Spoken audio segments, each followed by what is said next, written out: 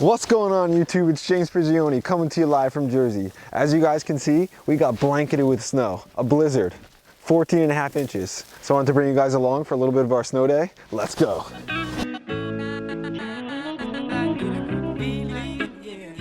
It's not too cold out today. Yesterday it was freezing. It said it felt like -6. It was like 10 degrees. I got Tuck out here. He's a soldier. Even though it's so cold, he still doesn't stop. Look at the size of the drifts.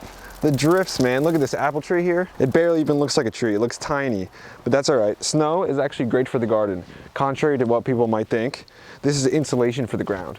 So like I said the other day, it was like 10 degrees, felt like -12.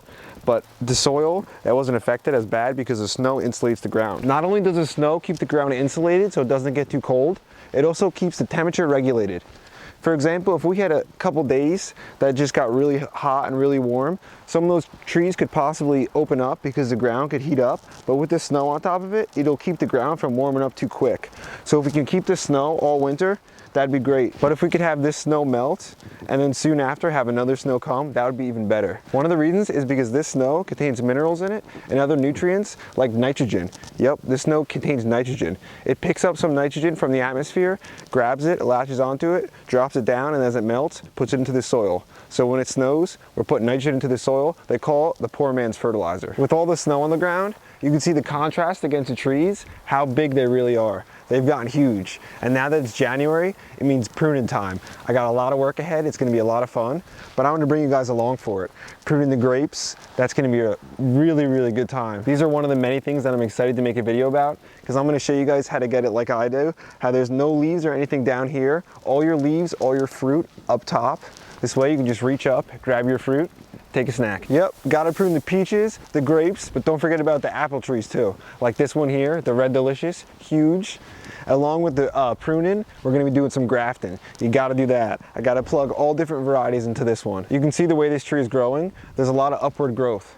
I don't like that. In the past, I wanted to prune for the upward growth a little bit more. This way I can fit more trees in, but I'm not getting enough of production. This year, I'm gonna prune out some of the centers, more like Paul Gauchi does, and get some of that lateral growth, more fruit. Don't forget about the hazelnuts too.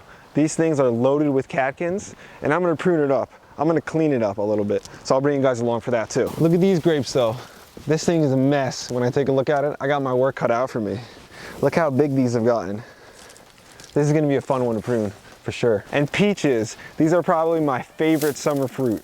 You cannot top one. Fresh right off the tree. If you didn't see the videos last year, the peach is everything you need to know. We had a massive harvest, so I'm expecting another big one this year.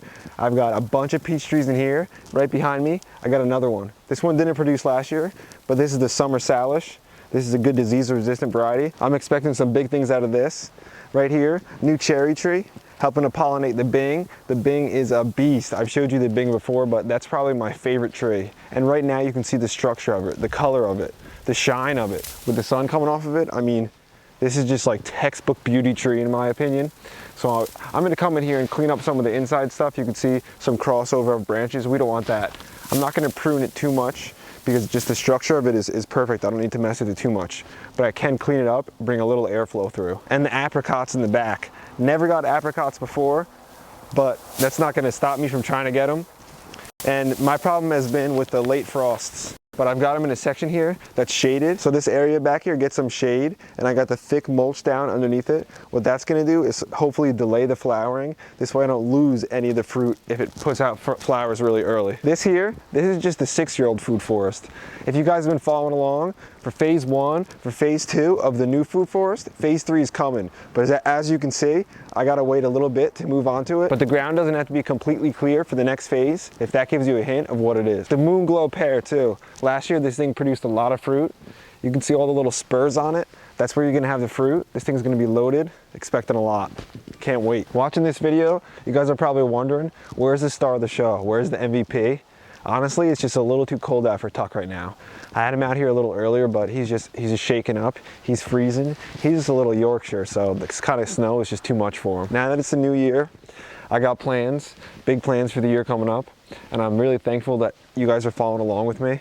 And I want to bring you guys along, inspire you and encourage you, and just actually say thank you to everybody for watching and for commenting and for encouraging me. Originally, I just started doing this just to document kind of what I was doing for my own documentation what was it, 5-6 years ago when I started making the videos. And the documentation originally was just for my own, just so I can go back years later, almost like a journal.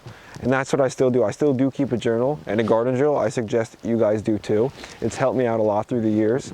For instance, when I plant, I write that down in my journal.